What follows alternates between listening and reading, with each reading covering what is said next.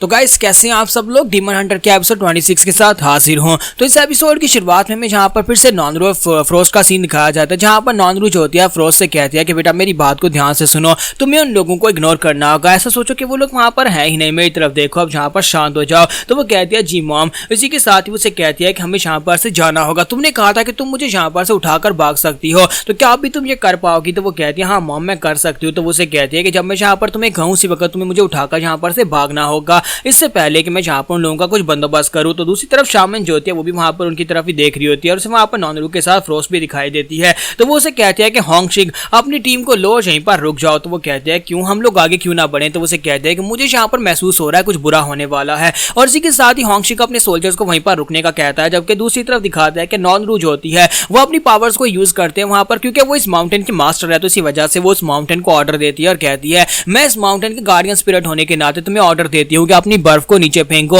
और इसी के साथ ही माउंटेन के ऊपर बहुत सारी बर्फ जमी होती है और आपको पता है कि जब बर्फ गिरती है तो वो एवलांच बन जाती है और इसी के साथ ही वो सारी बर्फ ऊपर से गिरना शुरू हो जाती है और सोल्जर्स जो होते हैं वहां पर उसके नीचे होते हैं, उसके रास्ते में होते हैं। और इसी के साथ ही शामन पीछे उस बर्फ के गिरते की तरफ देखते हैं और साथ ही अपने लोगों से कहते हैं कि सभी लोग भागो, जहां पर मेरे पीछे आ जाओ, ये कमीनी जहां पर इन टैक्टिक्स को यूज कर रही है। और इसी के साथ ही अपने पास से एक तलिस्मन निकालती है और कहते हैं कि सभी लोग मेरे पीछे आकर खड़े हो जाओ अगर जिंदा रहना चाहते हो। और दूसरी तरफ नॉनरू जो होती है वो हमारी फ्रोस्ट से कहती है कि फ्रोस्ट चलो जल्दी से आप मुझे उठाओ, जहां पर से भागना स्टार्ट करो। तो वो उसे कहते हैं कि मॉम कहीं तुम्हारे पैर में ज्यादा चोट तो नहीं लग रही, यानी कि मैंने तुम्हें ठीक से उठाया। तो वो कहती है कि हाँ तुमने ठीक से उठाया, बस यहाँ पर तेजी के साथ भागो। और इसी के साथ हमारी फ्रोस्ट जो होती है वो अपनी मदर को उठाकर वहां पर तेजी से भागना शुरू कर देती है। और दूसरी तरफ शामन जो होती है तलिस्मन निकालकर उसके ऊपर अपना ब्लड लगाती है और साथ ही वहां पर तलिस्मन को एक्टिवेट करते सामने एक बड़ी सी फायर की वॉल बना लेती है, एक बड़ी फायर वॉल जो कि शील्ड की तरह काम करेगी और वहां पर आइस को पिघलाएगी और उनके करीब आने से रोकेगी। तो बहुत ही पावरफुल आइस शील्ड बनाने के बाद वो सामने खड़ी हो जाती है। उसकी फायर शील्ड जो होती है वहां पर बर्फ को रोक तो रही होती है, लेकिन बर्फ जो होती है वो काफी ज्यादा होती है।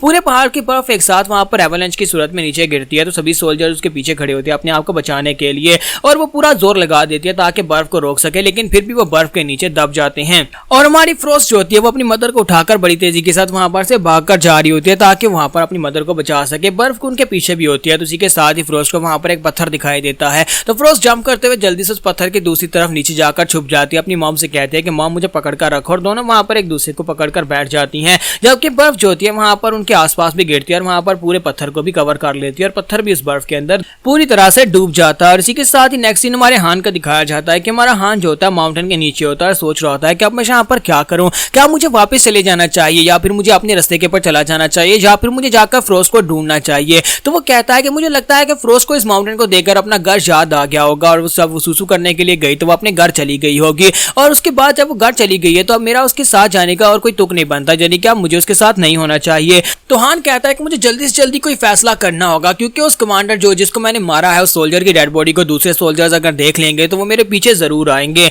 तो मुझे यहाँ पर से कुछ ना कुछ फैसला तो लेना पड़ेगा, या तो मैं फ्रोस्ट के पीछे जाऊं या फिर अपने रास्ते चला जाऊं। तो हमारा हान फिर साथ ही कहता है चलो फिर ठीक है अपने रास्ते चलते हैं, मुझे लगता है कि फ्रोस्ट के पीछे जाने की जरूरत नहीं है, वो अपने घर चली गई और अपने घर में सेफ होगी। तो जैसे हमारा हान वहां पर से पीछे की तरफ मुड़ता है तो इसके साथ ब्लैक टाइगर उसे कहता है कि ये क्या हो रहा है, तुम यहाँ पर ये क्या कर रहे हो, तुम उस लड़की के साथ यहाँ तक इस माउंटेन पर आए ताकि तुम उसका नाम देख सको और उसका नाम देखने के बाद उसकी पावर्स को अपना बना सको, और यहाँ पर आने के बाद तुम उस लड़की को बस ऐसे छोड़ दोगे, तुम यहाँ पर सिर्फ बहाने बना रहे हो, तुम उस लड़की को जिंदा छोड़ना चाहते हो। तुम्हारा हान उसे कहता है कि मैंने यहाँ पर अपने चांस को मिस कर दिया, बस यही समझ लो। तो ब्लैक टाइगर कहता है नहीं अभी भी यहाँ पर देर नहीं हुई, तुम अभी भी उसके पीछे जा सकते हो, वो यहीं पर इसी माउंटेन के ऊपर होगी और वहां पर जाकर उसकी मदर भी होगी। अगर उसका घर यहाँ पर है तो उसके साथ कुछ और डीमंस भी हो सकते हैं, तुम उनको भी ऑब्जर्व कर सकते हो। तुम्हारा हान उसे कहता है कि तुम्हें अच्छी तरह से पता है कि तुम्हें यहाँ पर जाने की इजाजत नहीं है, इस माउंटेन के ऊपर जाने की इजाजत तुम्हारे पास नहीं है। तो वो कहता है कि वो पुरानी बात हो चुकी है, कौन यहाँ पर ब्लैक टाइगर को इस माउंटेन के ऊपर जाने से रोक सकता है। इस माउंटेन के ऊपर ब्लैक टाइगर जाएगा और अगर मैं यहाँ पर तुम्हारे साथ हूँ फिर तुम्हें डरने की जरूरत भी नहीं है। तो ब्लैक टाइगर उसे कहता है कि अगर उस लड़की को वाकई में अपना घर मिल चुका है तो फिर उसे उसकी मेमोरीज भी मिल गई होंगी, और अगर उसकी मेमोरीज से मिल गई तो फिर उसे उसका नाम मिल गया होगा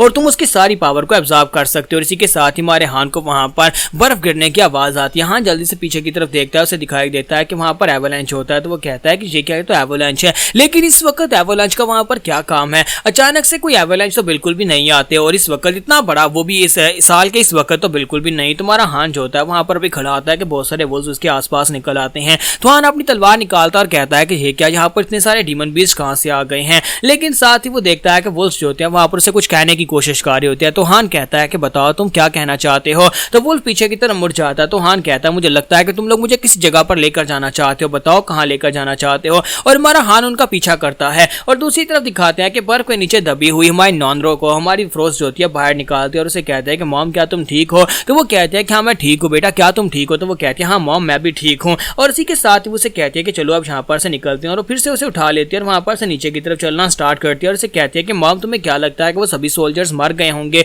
तो वो कहती है कि हाँ मुझे लगता है कि वो सारे के सारे सोल्जर्स जो हैं वो मर गए होंगे क्योंकि बर्फ के नीचे दब गए होंगे। फिर साथ ही वो उसे कहती है कि यहाँ पर मुझे बताओ कि तुम्हें ये नाम किसने दिया, तुम जहाँ पर अपने आप को फ्रोस्ट कह रही हो। तो वो कहती है कि हाँ ये नाम तो मुझे हान सीरी ने दिया है। तो वो कहती है कि ये हान सीरी कौन है। तो वो उसे कहती है वो एक बहुत ही अच्छा इंसान है, उसी ने यहाँ पर मुझे उन बुरे लोगों से बचाया था और उसके बाद मैं उसी के साथ यहाँ पर घर वापस आई हूँ। कभी कभी वो काफी ज्यादा खतरनाक हो जाता है, कभी कभी वो बहुत ज्यादा डरावना लगता है, लेकिन कभी कभी वो बहुत ज्यादा अच्छा हो जाता है। तो मदर उसे कहती है तो क्या वो एक अच्छा इंसान है। तो वो उसे कहती है कि हाँ मॉम वो एक अच्छा इंसान है लेकिन वो बुरा इंसान भी है। तो ये बात सुनने के बाद उसकी मदर उसे कहती है मुझे तो बिल्कुल भी समझ नहीं आ रही, लेकिन ये बताओ क्या वो तुम्हारी रक्षा कर सकता है। तो वो कहती है हाँ वो मेरी रक्षा कर सकता है, मुझे बचाते हुए तो वो यहाँ तक मुझे लेकर आया है। तो उसकी मदर उसे कहती है तो फिर ठीक है मुझे तुम्हारे पर यकीन है और आज के बाद से मैं तुम्हें यहाँ पर फ्रोस्टी कहूंगी। और फिर साथ ही वहाँ पर यानी कि नॉनरो जो होती है उसकी मदर जो होती है उसके दिल की धड़कन बड़ी तेज हो जाती है और उसे वहाँ पर महसूस हो जाता है कि वो मरने वाली है। तो जब उसे महसूस हो जाता है तो उसे कहती है कि फ्रोस्ट प्लीज यहाँ पर सामने केव है, मुझे उस केव के अंदर ले चलो,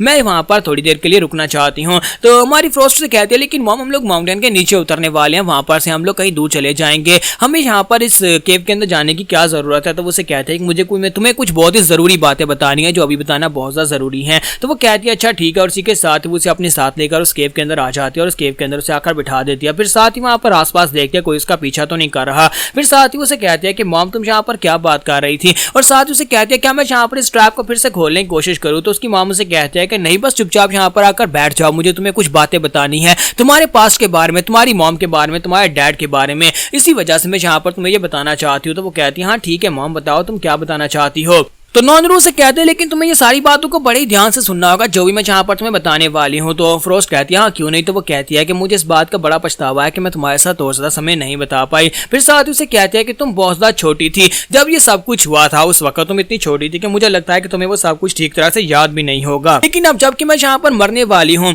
तो मैं यहाँ पर सारी की सारी सच्चाई तुम्हें बताकर मरना चाहती हूँ, तुम्हारे डैड के बारे में, तुम्हारी असली मॉम के बारे में, सब कुछ मैं बताकर ही मरना चाहती हूँ। तो फ्रोस्ट कहती है मॉम ये तुम मरने के बारे में बात क्यों कर रही हो, तुम यहाँ पर क्यों मरोगी, मैं मरने नहीं दूंगी। तो वो कहती है कि प्लीज चुप रहो, मैंने कहा ना कि पहले मेरी बात को ध्यान से सुनो, ये बात तुम्हारे डैड के बारे में है।